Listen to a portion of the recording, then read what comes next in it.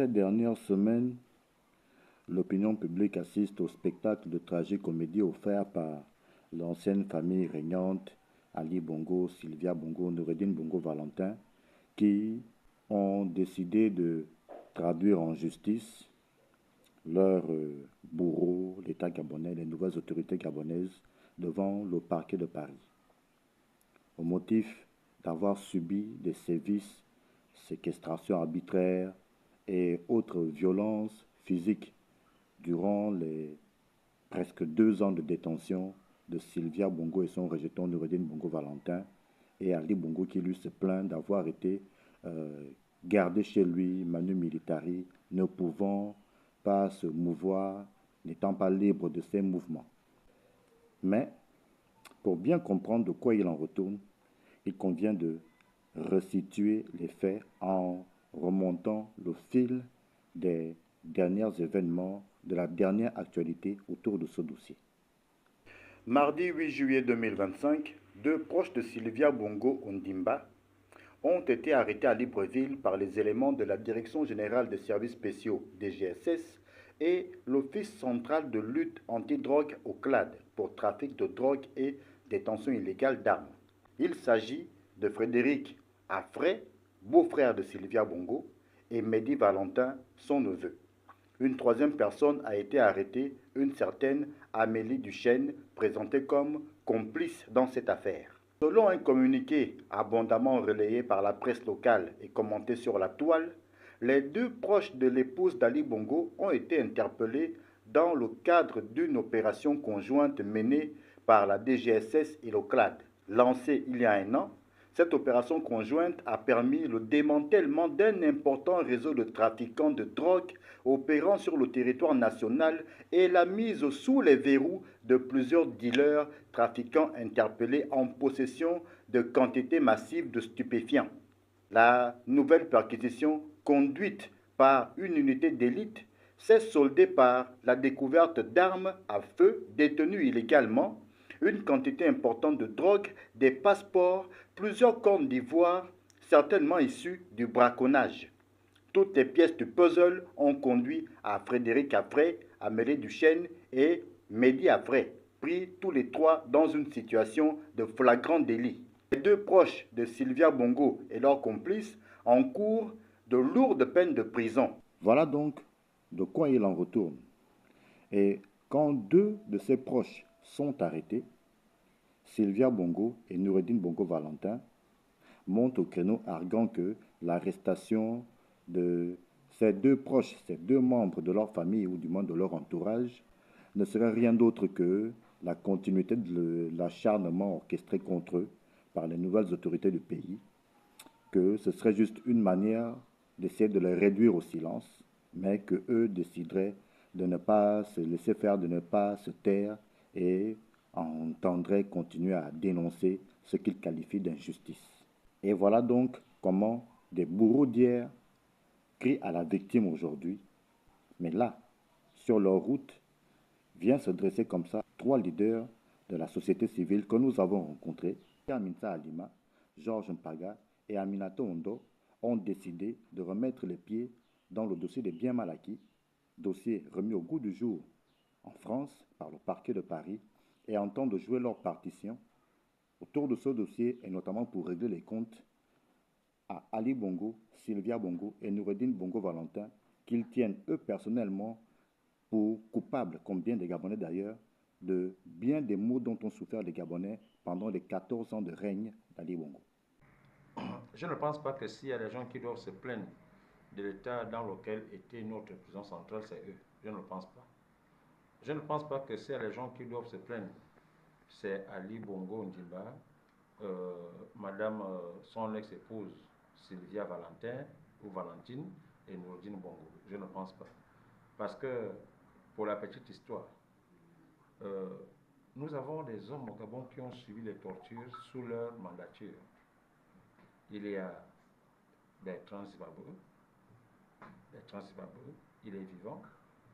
Il y a le fait que M. Séraphin Mundunga, pour avoir dit en 2016 à Ali que nous avons perdu, rendant le pouvoir à ceux qui ont gagné, ces maisons ont été cassées. Et M. Mundonga Séraphin, il s'est transformé. Il a été dans une malle arrière d'une voiture pour partir du Gabon et aller prendre l'avion quelque part ici pour se rendre en France. Il y a des hommes qui ont été arbitrairement arrêtés et sous le mandat, sous la mandature d'Ali Bongo Ondimba, qui n'avaient jamais été jugés. Aujourd'hui, l'accident, on appelle Esther Miracle. C'était aussi sous leur mandature. Bon, il se plaint aujourd'hui, alors que nous savons que le consulat français, le consulat de France, rendait régulièrement visite à Ali Bongo Ondimba. Et en aucun moment, Ali Bongo Ondimba avait dit au consulat de France que sa famille subissait les tortures à la prison centrale. Si ça avait été le cas, le consulat de France allait exposer ses faits. Peuple gabonais, nous devons comprendre que quand le vent tourne, les voleurs crient au loup. Qui a fait en sorte que ces trois-là soient en vie aujourd'hui? C'est Brice Oligui Nguema. Parce qu'au petit matin du 30 août 2023, les populations gabonaises voulaient pratiquer la justice populaire. Tout le monde le sait. Ali Bongo est vraiment le symbole le plus absolu, le plus abject en termes de violation des droits de l'homme, en termes de répression politique, en termes de maltraitance, de traitement dégradant. La prison centrale était un lieu de... la torture à la prison centrale de Libreville a été institutionnalisée par lui. Il a utilisé les bourreaux, il a utilisé des escadrons de la mort pour exécuter les opposants, les membres de la société civile, les syndicalistes, tous ceux qui n'étaient pas d'accord avec sa politique, tous ceux qui le contestaient. Ali Bongo a entrepris de faire du mal, d'exécuter ces personnes. Le cas le plus emblématique est Robert Sonnet, qui a été froidement abattu ce 31 août, au-delà des autres victimes, des centaines de victimes, des gens de Port-Gentil qui ont été jetés à mer en 2009. Ali Bongo a jeté des corps de victimes à haute mer. Nous avons des témoignages. C'est un génocidaire, c'est un criminel qui a régné par la terreur, régné par les empoisonnements, régné par les enlèvements, régné par les crimes rituels. Monsieur Ali Bongo, vous êtes disqualifié. Nous allons nous dresser contre vous.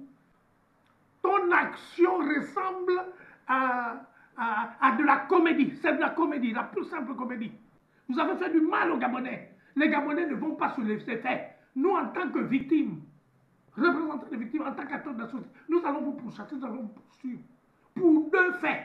Le fait d'abord des crimes que vous avez commis en 2016, des crimes contre l'humanité, les disparitions sorcières, les disparitions forcées, les exécutions extrajudiciaires, les enlèvements, la mise en œuvre des groupes de criminels autour des kidnappings, autour des escadrons de la mort.